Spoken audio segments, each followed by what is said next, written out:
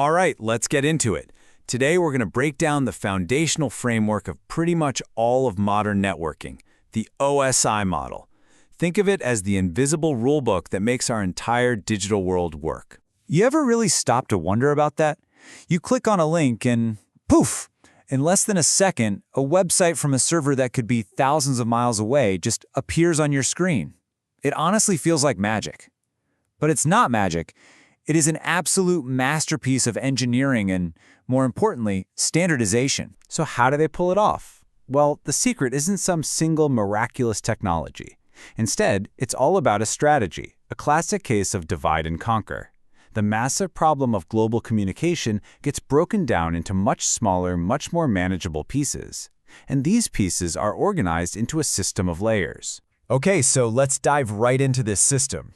The standardized framework that orchestrates this entire digital dance is called the OSI model. And for us, it's the perfect map for understanding how network communication really works. So the full name is the ISO-OSI Model. ISO, that stands for the International Organization for Standardization. And OSI means Open Systems Interconnection. Now the key word here is conceptual. This isn't a physical thing you can buy. It's a model, a shared set of rules that guarantees that a computer from one company can talk to a server from a totally different company. The real genius behind the OSI model is a powerful idea called abstraction. Imagine a highly specialized assembly line. Each station, or in our case, each layer, has one very specific job to do. It doesn't need to know or care about the details of what the other stations are doing. It just takes the item, does its one job, and passes it along. This makes the entire system so much easier to build, manage, and fix when something goes wrong. And here they are, the 7 layers. Think of them like a team of specialists stacked on top of each other. Way up at the top, layer 7, the application layer, is the one you actually interact with. It's your web browser, your email app. It's what starts the whole process. Right below that, layer 6, the presentation layer, acts like a universal translator. It makes sure the data is in a format the other computer can actually read, handling things like encryption.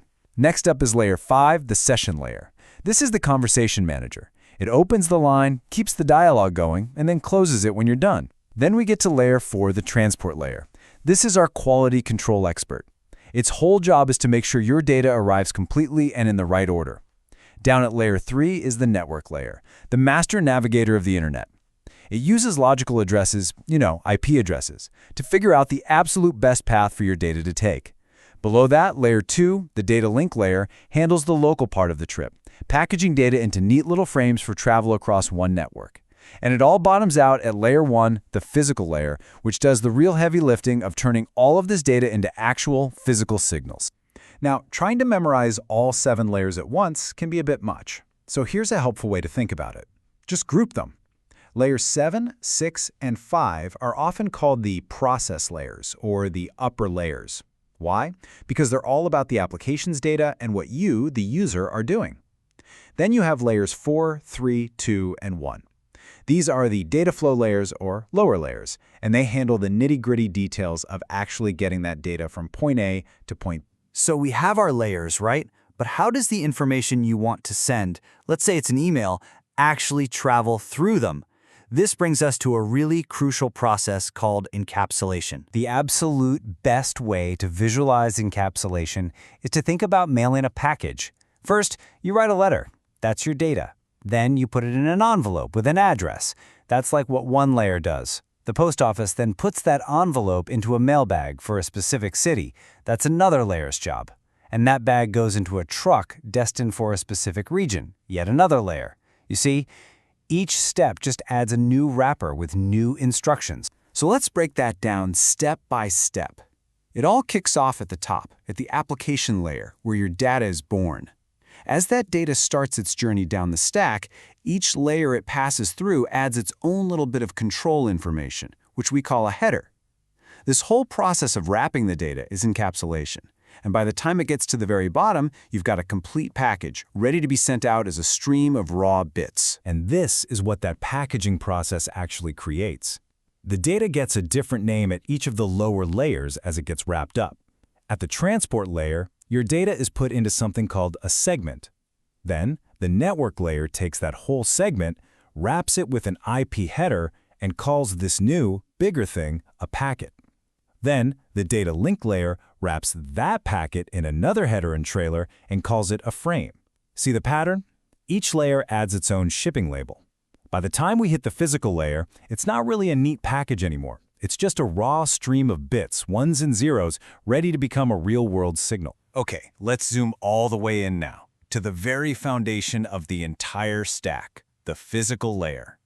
This is the spot where the digital world finally makes contact with our physical reality. The physical layer, layer 1, has one fundamental job.